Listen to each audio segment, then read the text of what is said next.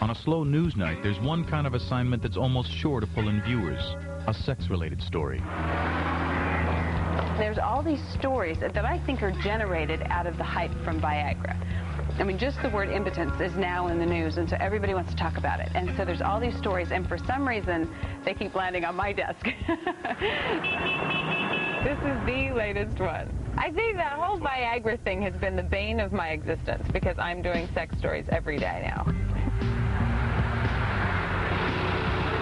I don't want to end up just getting, the fluff stories. Now we gotta find somebody. Tonight's assignment, to get reaction to a sexually explicit ad campaign. Look for somebody who doesn't look like they'll be offended by this kind of a question. Okay. Excuse me. We're with Channel 2 News, and we're doing a story tonight on a new ad campaign that is coming out to stop men from smoking. I'm just asking a couple of people to view it and then give me your response. Thanks for doing this. We appreciate it. Okay, so here's the ad. I'm just going to press play here. Now that medical researchers believe cigarettes are a leading cause of impotence. I really want to be taken seriously. I mean, I take this very seriously, and so I want to be taken seriously. Okay, so that's the ad. Any response? Effective, amusing. I've heard the phrase, well, we want you to do this because you're a woman. And in some cases, maybe some information is easier to take from a woman. I don't know. But for me, I think I have to gain credibility and respect and trust. And if I'm missing any one of those, I'm not going to succeed here.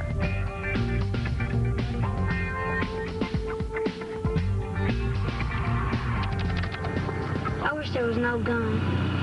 I wish there were all those people. I should let kids run this planet.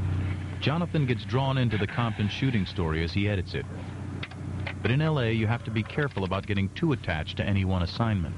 I feel like this is it. Newsroom. 2 firefighters hurt. The story is there's 2 firefighters who were burned. Firefighters injured during training exercise. A couple of firemen got burned, okay?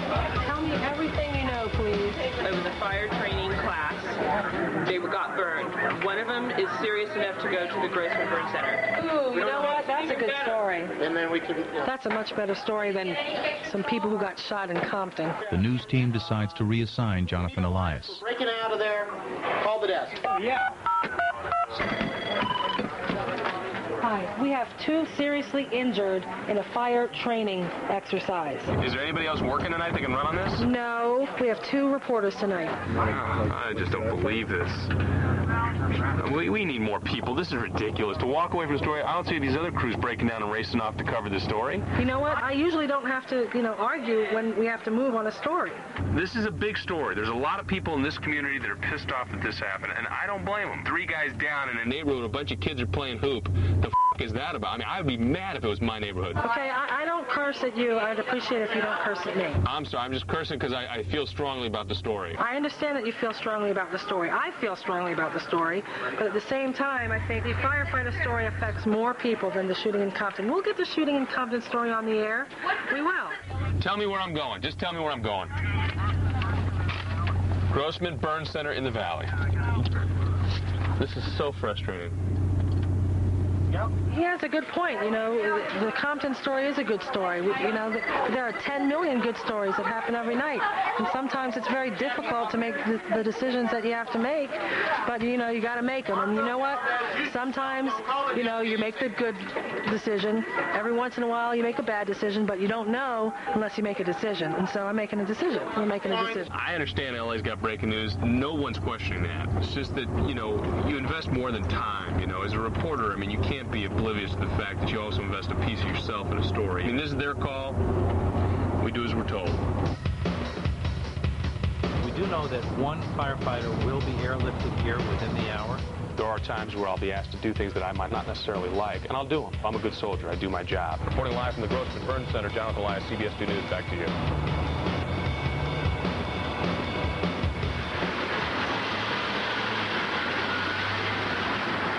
Anytime. Testing 1, 2, 3, 4, 5. At El Arbolito, we confront Dr. Rubin, who admits he's a fraud.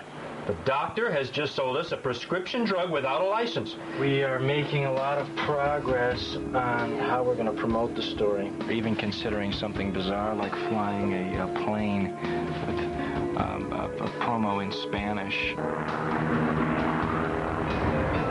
Oh, there they are. Wow. Look at that. That's great. That's pretty good.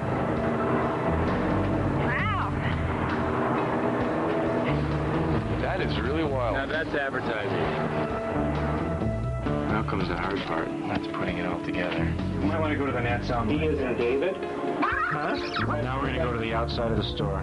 Okay, so we'll get the exterior here. Yeah. I got to think how I'm going to keep people interested in this story from the start to the finish. All right, so we're done here. The station prepares for tonight's broadcast. Fake doctors tonight at 11. So you should do a bump out with that and then maybe have weather play with it or something like that, okay? All right, thank you. At the same time, another sex-related story is in the lineup. And guess who gets the job? So here's this. You should have all the elements you need, maybe a couple of MOSs, and you're done. Minutes. Good. Please don't. This is not a good moment for me. It wasn't so much that the story itself was offensive. It was just something I wasn't really comfortable with. What are your thoughts? I just think this is like, I always end up doing sex stories, like every night, it feels like. I mean, it's not every night, but it's like to a point where I'm like, I'm talking about men's penises, and then I'm talking about rubbing stuff. I'm just like, God. I mean, it's like the Viagra stories, and it just seems like I just end up with these stories all the time. But I will do this. It's fine. I'm off tomorrow. We've already made the decision. That's all right. We've made the decision. Okay. It was kind of a difficult situation, but I felt really strongly that that wasn't a story that I should be doing on the 11 o'clock news. What they don't realize is how many times we hear, I don't like that story, I don't like that story, or give me that story, or give me that story. So they don't know that we might have just gone through 10 rounds of that, you know. And then we're in a bad mood. Sometimes I've actually said, what about me? I'm in a bad mood. We're not allowed to be in bad moods. I know. We're supposed to always deal with all the stress and strain of everybody. But I'm in a bad mood once in a while. He's in a bad mood a lot. You know?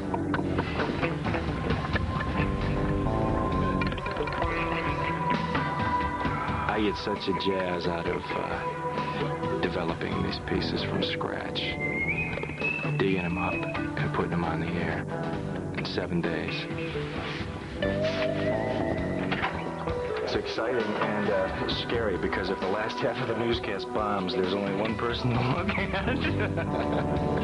80s by afternoon, so it's warming up in the valley. 60 in Studio City. Palmdale 60, Palm Springs is at 63, 61 degrees on this Saturday night in Santa Ana. How long did you work on this, Drew? 1 week.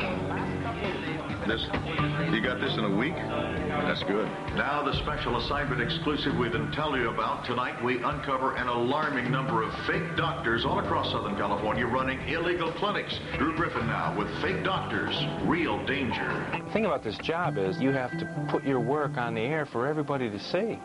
If it's embarrassing to me.